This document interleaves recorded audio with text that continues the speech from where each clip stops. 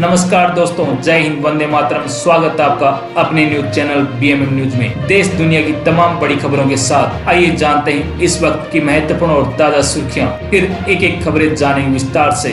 तो बढ़ते हैं सुर्खियों की ओर। इसी बीच बड़ी खबर निकल कर आ चुकी है। एलपीजी को लेकर राहत भरी खबर। होर्मुज पार कर भारत आ रहे हैं 2 जहाज। पश्चिमी एशिया में जारी तनाव और इसके चलते देश में पेट्रोल, डीजल और सीएनजी के बढ़े हुए दाम के बीच एक राहत भरी खबर सामने आ रही है। पिछले 24 घंटे में होर्मुज स्ट्रेट को सुरक्षित तरीके से पार कर 2 जहाज भारत आ रहे हैं। इन दोनों बड़े जहाज़ों में कुल 66,392 मीट्रिक टन रसोई गैस भरी हुई है। रिपोर्ट के मुताबिक एलपीजी कैरियर शिप होर्मुज से होकर गुजरा।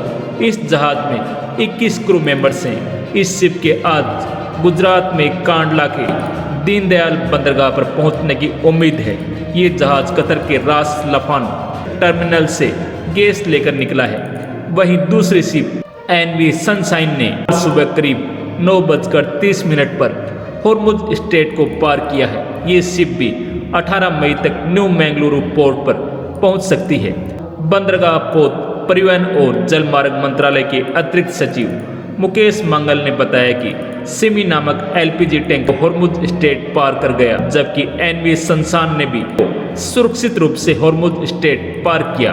वहीं एलपीजी टैंकर की आवाजाही ऐसे समय में हुई है जब क्षेत्र में तनाव बरकरार है। बता दें कि अमेरिका, इजराइल और ईरान के बीच जारी जंग की वजह से होर्मुज स्ट्रेट में जहाज़ों की आवाजाही प्रभावित हुई है। हालांकि अब तक कुल 13 भारतीय जहाज इस मार्ग से निकल चुके हैं। दरअसल मार्शल द्वीप ध्वज वाले सिमी के 19,965 टन एलपीजी लेकर 16 मई को गुजरात की कांडला पहुंचने की उम्मीद है। वहीं वियतनाम ध्वज वाला पोत एनवी सनशाइन यूएई की रुवेस रिफाइनरी से 46,427 टन एलपीजी लेकर चला है और इसके 18 मई को नया मैंगलुरु पहुंचने की संभावना है। दोनों जहाज़ों में लदा माल इंडियन ऑयल कॉरपोरेशन आईओसी का है। मार्च की शुरुआत से अब तक 12 एलपीजी टैंकर और 1 कच्चा तेल टैंकर समेत कुल 13 भारतीय जहाज इस समुद्री मार्ग से होकर गुजर चुके हैं। हालांकि अभी भी खाड़ी क्षेत्र में करीब 12 भारतीय पोत फंसे हुए हैं। इसके अलावा भारत के लिए माल लेकर जा रहे कई विदेशी जहाज भी प्रभावित हैं। चलिए बढ़ते हैं अगली बड़ी खबर की ओर। पेट्रोल के निर्यात पर 3 रुपये प्रति लीटर टैक्स लगा। डीजल और जेट फ्यूल पर ड्यूटी घटाई। देश में किल्लत रोकने के लिए लिया गया फैसला। देश में पेट्रोल और डीजल की कीमतों में 3 रुपये प्रति लीटर तक की बढ़ोतरी के बाद केंद्र सरकार ने तेल कंपनियों के लिए नियमों में बदलाव किया है। सरकार ने पेट्रोल एक्सपोर्ट पर 3 रुपये प्रति लीटर का विदफॉल टैक्स लगा दिया है। डीजल और जेट फ्यूल एटीएफ पर टैक्स घटाया है। अमेरिका, इजराइल और ईरान के बीच चल रहे युद्ध के कारण कच्चे तेल की कीमतें $100 प्रति बैरल के पार पहुंच चुकी हैं। भारत में तेल की कमी न हो इसलिए यह फैसला लिया गया। सरकार ने तय किया कि अगर कोई भारतीय कंपनी पेट्रोल को भारत में बेचने के बजाय दूसरे देशों में एक्सपोर्ट करेगी तो उसे सरकार को 3 रुपये प्रति लीटर का अतिरिक्त टैक्स देना होगा। पश्चिम एशिया में तनाव शुरू होने के बाद पहली बार पेट्रोल पर ऐसा टैक्स लगाया गया ताकि कंपनियां देश के बाहर पेट्रोल कम भेजें। सरकार ने पेट्रोल पर तो सख्ती बढ़ाई है, लेकिन डीजल और जेट फ्यूल के एक्सपोर्ट पर टैक्स घटा दिया है। डीजल को विदेश भेजने पर टैक्स 23 रुपये से घटाकर 16.5 रुपये प्रति लीटर कर दिया है। वहीं हवाई जहाज के ईंधन पर टैक्स 33 रुपये से घटाकर 16 रुपये प्रति लीटर कर दिया गया है। इस समय अमेरिका, इजराइल और ईरान के बीच युद्ध चल रहा है। इस तनाव की वजह से दुनिया भर में कच्चे तेल की कीमत $73 से बढ़कर $100 प्रति बैरल के पार पहुंच गई है। जबकि विदेशी बाजारों में तेल इतना महंगा होता है तो प्राइवेट तेल कंपनियों को भारत के मुकाबले विदेशों में तेल बेचने पर ज़्यादा मुनाफा दिखता है। वे ज़्यादा कमाई के चक्कर में सारा तेल बाहर न भेज दें, इसलिए सरकार ने ये कदम उठाया है। सरकार का सबसे पहला मकसद यह है कि भारत के लोगों के लिए पेट्रोल की कोई कमी न पड़े। पेट्रोल पर टैक्स लगाने से कंपनियों से बाहर भेजने से बचेंगी और देश में सप्लाई पूरी रहेगी। वहीं दूसरी तरफ डीजल और जेट फ्यूल पर टैक्स कम करके सरकार ने कंपनियों को थोड़ी राहत दी है ताकि उनका बिजनेस भी बैलेंस रहे और उन्हें भारी नुकसान न हो।